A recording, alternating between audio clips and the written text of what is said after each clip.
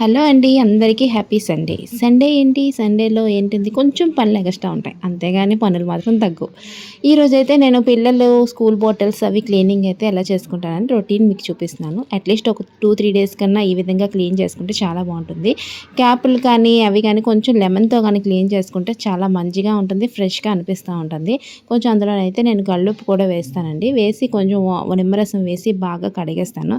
అంతేగాని bottles cleaners కానీ లేదనంటే కొంచెం డిటర్జెంట్స్ కానీ లిక్విడ్స్ కానీ ఏవి యూస్ చేయను. న్యాచురల్ పద్ధతిలోనే బాటిల్స్ అయితే క్లీన్ చేసుకొని 1 డే అంతా అలా వదిలేస్తాను అనమాట. అప్పుడు పిల్లలకి నెక్స్ట్ డే కొంచెం వాటర్ బాటిల్స్ అవి పట్టుకెళ్ళడానికి గట్టా బాగుంటుంది కదా. నేనైతే ఈ విధంగా క్లీన్ చేస్తాను. ఎందుకో నాకు లిక్విడ్స్ అవి యూస్ చేస్తే ఎక్కడన్నా ఉండిపోద్దేమో, నొరుగు ఉండిపోద్దేమో, పిల్లల కడుపులోకి వెళ్ళిపోద్దేమో అని చిన్న డౌట్ అంతే. అందుకనే ఈ విధంగా అయితే నేను యూస్ చేసుకుంటాను. టిప్ నచ్చినట్టయితే లైక్ చేయండి, షేర్ చేయండి, సబ్స్క్రైబ్ చేయండి. Thank you for watching. Thank you for time.